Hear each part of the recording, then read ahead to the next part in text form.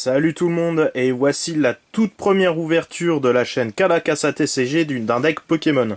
Donc nous allons commencer avec les decks Ciel Rugissant, donc peut-être plus tard j'achèterai pour le fun d'autres decks, des extensions ultérieures, donc pour voir qu'est-ce qu'il y avait avant et tout, mais aujourd'hui on va s'intéresser au deck Elector. Donc on va faire comme d'habitude la présentation de la boîte du deck. Donc ici nous voyons un très beau Elector que je trouve vraiment très très classe, c'est l'un de mes Pokémon préférés de la première génération. Donc c'est un artwork en dessin, donc je trouve ça vraiment très classe. Par rapport à certains decks où on voit des Pokémon en 3D, et moi, étant dessinateur, et je préfère vraiment, je trouve qu'il y a plus de travail sur les ombres, sur la colorisation, je trouve ça vraiment super beau. Donc on voit ici notre petit Elector, donc qui est une belle petite holographique. Alors, pour le deck, donc il s'appelle Orage Foudroyant, donc c'est le deck à thème électrique plante. Alors c'est peu commun de trouver des Pokémon électriques avec des types plantes. Après, avantage, c'est que chacun, on va dire, ont des faiblesses différentes et opposées, et du coup, ça permet sûrement beaucoup de tactiques pour jouer à ce jeu Pokémon. Donc pour ce qui est de derrière, nous avons donc la liste de toutes les cartes, donc avec notre petit Elector. Donc on en a une holographique toute simple, donc celle qu'on voit ici, et la carte rare qu'on trouve que, on va dire, normalement on trouve Elector que seulement en rare dans Ciel Rugissant. Et ici, comme tous les decks, comme on va avoir avec Articodin plus tard, nous avons une holographique, on va dire, spéciale au deck. Donc du coup, pour la collection, c'est vraiment très bien. Alors, on retrouve, comme d'habitude, deux Pokémon. Alors ici, Pikachu et Dracolos. Alors Dracolos, qui sera aussi présent dans le deck, et Pikachu. Et Dracolos, ce qui est très bien, c'est une Alphart, qui est à la base une holographique, si je ne me trompe pas. Mais ici, nous l'avons que en rare. Et son effet est vraiment très bien quand on joue au TCG, et je vous le dirai plus tard. Alors, juste à côté, nous avons donc une description du deck avec la petite histoire comme d'habitude pour Ciel Rugissant.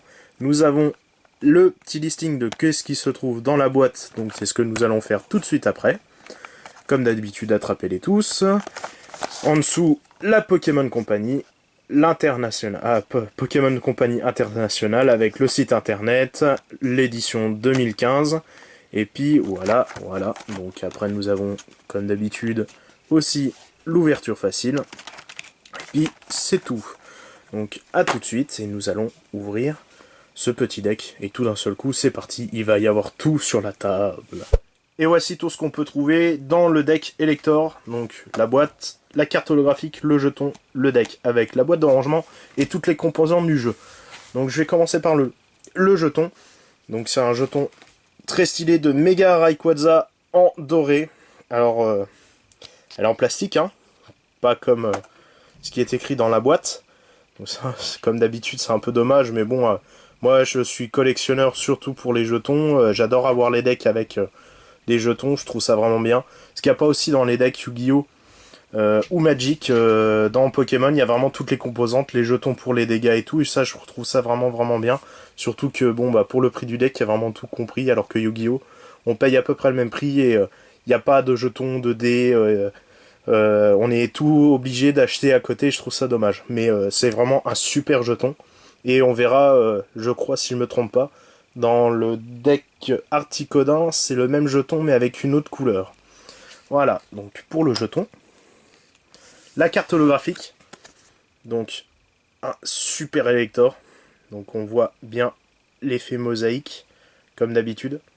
Donc c'est toujours bien, c'est stylé, mais ça serait bien de changer un peu, j'aimerais bien qu'il change un peu l'effet mosaïque, qui change un peu la carte en holographique, un autre genre de type d'holographique, même si c'est vraiment beau, hein, ça je dis pas le contraire, mais ça serait bien de changer un peu le style. Donc c'est une carte, donc c'est la carte principale du deck avec, comme on verra plus tard, le Dracolos.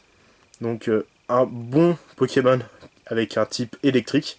Avantage, c'est que Si on est entre potes et qu'il a acheté le deck Souffle Polaire, bah on n'aura pas de problème avec ça, car il n'y a pas de deck électrique dans le deck adverse. Donc c'est l'un de mes Pokémon préférés sur les trois, entre Sulfura et Elector, et avoir cette carte en holographique qui n'est pas en plus dans l'édition ciel rugissant dans les boosters, je trouve ça vraiment cool. Voilà pour la carte. Alors après, comme d'habitude, dans tous les decks Pokémon, nous avons le dépliant, avec l'explication de qu'est-ce qu'il y a dans l'extension, et juste ici, je vais pas m'y attarder, il y a toute la liste des cartes de l'édition ciel rugissant. Nous avons aussi donc les jetons. Comme j'avais dit quand je présentais le jeton Pokémon, on a les jetons de marqueurs de dégâts, de poison, de paralysie. Alors ça c'est toujours utile. Dommage comme d'habitude, c'est que le papier ou le carton est de plus en plus fin au fil des années. Et nous avons... Hop là, c'est tombé. Voilà. Nous avons le super tapis pour 2 joueurs en plus, avec Articodin dessus. Alors je vais essayer de déplier au maximum pour qu'on voit un peu la tête d'Articodin avec le bas, donc le banc, et notre petit Elector sur l'autre côté, qui est vraiment stylé, hein. Un beau petit pigeon comme je les aime. Voilà. Donc maintenant nous allons passer à l'ouverture du deck. Alors qu'est-ce qu'il y a à l'intérieur?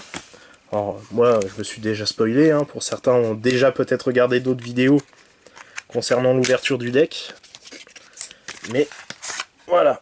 Alors nous avons, comme d'habitude dans les decks Pokémon, des énergies. Alors il y en a par milliers. Alors je vais toutes les passer, hein. Dès qu'il y a une énergie, hop là, c'est parti. Un petit Ningal. Alors, carte sympathique pour commencer à avoir un Pokémon de base. Bon après, il s'inflige un dégât, ça va vite. Après 4 marqueurs, c'est foutu. Mais c'est plutôt pas mal. Bon, l'artwork, un peu dommage. Moi, malgré que j'aime bien les dessins, ils auraient pu un peu mieux travailler le Pokémon. Même si, à la base, c'est pas le Pokémon le plus beau du monde. Voilà. Alors, nous avons un Timmy, donc une carte dresseur, comme d'habitude. Carte électrique, une énergie électrique, un petit échange, un électrode. Alors, très sympathique. Bon, j'aime bien l'artwork, vraiment minimaliste, mais assez sympathique. Donc, ces effets sont vraiment cool pour jouer au TCG. C'est facile à utiliser et tout. En plus, c'est un coup de retraite minime, avec un coup de retraite de 1. C'est la carte, on va dire, l'une des cartes les plus utiles, avec quand même une bonne défense à côté. Alors après, une énergie, et nous avons un Draco. Alors il est super beau, un beau petit Draco. Alors bien sûr, hein, Dracolo c'est encore beaucoup plus classe, mais c'est un bon Pokémon, assez difficile à attraper quand on joue avec ce deck. Mais c'est vraiment bien. Donc comme c'est un dragon, il est faible aux Pokémon fées. Avantage, c'est que dans le deck adverse, pour le deck de base, il n'y a pas de fée, ni dans celui-ci, donc c'est vraiment très bien. Il a une très bonne attaque avec une énergie plante, soigner 30 dégâts sur ce Pokémon, c'est juste vraiment super bien. Surtout que essayer, comme il n'y a qu'un seul Dracolos, c'est difficile de le faire évoluer. Donc c'est toujours ça de prix. Alors, nous avons une énergie, un Pikachu, le Pokémon mythique de la série. Alors, il est très joli, hein. On a toujours, en général, un Pikachu dans une série. Bon, là, il est un peu moins beau que certains, mais pour une collection, c'est juste génial. De toute façon, essayer de récupérer tous les Pikachu, c'est vraiment cool. Alors après, bon, ces attaques vont pas bien loin. Si la première attaque est vraiment bien, si on a de la chance de paralyser, on va dire paralysé, il ne pourra pas attaquer le prochain tour, et c'est vraiment cool. Pareil, avantage, il a une faiblesse au type proche combat. Le deck adverse n'en aura pas si votre ami a acheté le deck Souffle Polaire. Donc c'est vraiment l'avantage de ce deck, c'est que contre le deck opposé d'Articodin, il n'y a pas les faiblesses de ce deck, et je trouve ça vraiment bien. Alors, nous avons le petit mini Draco, qui est assez stylé. Un courrier du dresseur, un Tyrano, des énergies. Petit 9. Alors c'est un Pokémon qu'on n'a pas revu, si je me trompe pas. C'est assez, assez difficile à retrouver. Assez cool, c'est que comme d'habitude, bah, il y a une petite histoire avec un petit Piafabec que l'on retrouve aussi dans le deck Articodin. Donc c'est peut-être pour ça qu'il y a ce Pokémon sur cette carte. Alors je le trouve assez cool et en plus Noix de Coco est assez fort pour ce deck. Alors une énergie, être du professeur, Elexprint. Alors c'est super bien parce que Elexprint, il y a une méga évolution dans l'édition. Et du coup, bah, en plus c'est bien pour augmenter le deck. Je trouve ça vraiment bien.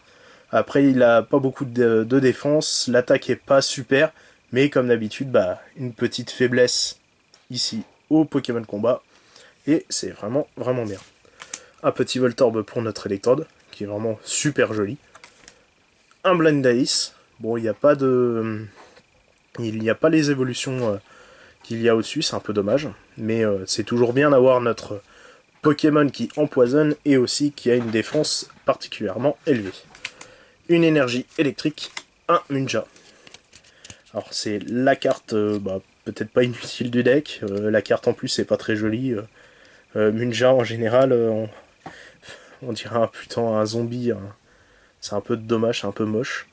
Bon, 32 de points de vie, c'est vraiment pas beaucoup. En une attaque en général, il meurt. Après, l'avantage, c'est qu'on peut placer un marqueur de dégâts sur chacun des Pokémon de l'adversaire. Et on peut changer ce Pokémon avec un Pokémon de banc. Ça veut dire que ça permet de retirer, peut-être de détruire à petit feu tous les Pokémon du banc de l'adversaire. Et après, l'autre... Alors c'est là l'avantage de ce Pokémon, c'est à sortir quand on a vraiment 2 dommages. C'est que pour une énergie, il retire 102 dégâts en Pokémon. C'est juste énorme. En plus, il n'a pas de faiblesse, pas de résistance, et il a un coup de retraite de 1. Bon, dommage, c'est une carte rare. C'est un peu... c'est dommage d'avoir cette carte rare pour ce deck. Un petit Dynavolt, qui est vraiment super stylé. Une dame centre Pokémon. Un petit Chenipot. Le petit Noix de Coco, avec 120 de points de vie. Il est vraiment, vraiment bien. Donc, par contre, des avantages faibles au feu. Contre le deck adverse, c'est un peu de bordel si il a acheté le deck souffle polaire. Mais après, l'artwork est vraiment bien avec les Piafabec et tout. C'est vraiment, vraiment super stylé. Un petit rappel, une énergie dragon. Alors, ça, c'est pour notre petit mini Draco et pour notre Dracolos. Alors, c'est vraiment, vraiment bien. C'est l'une des meilleures cartes que l'on peut trouver dans ce deck. En carte, on va dire, énergie.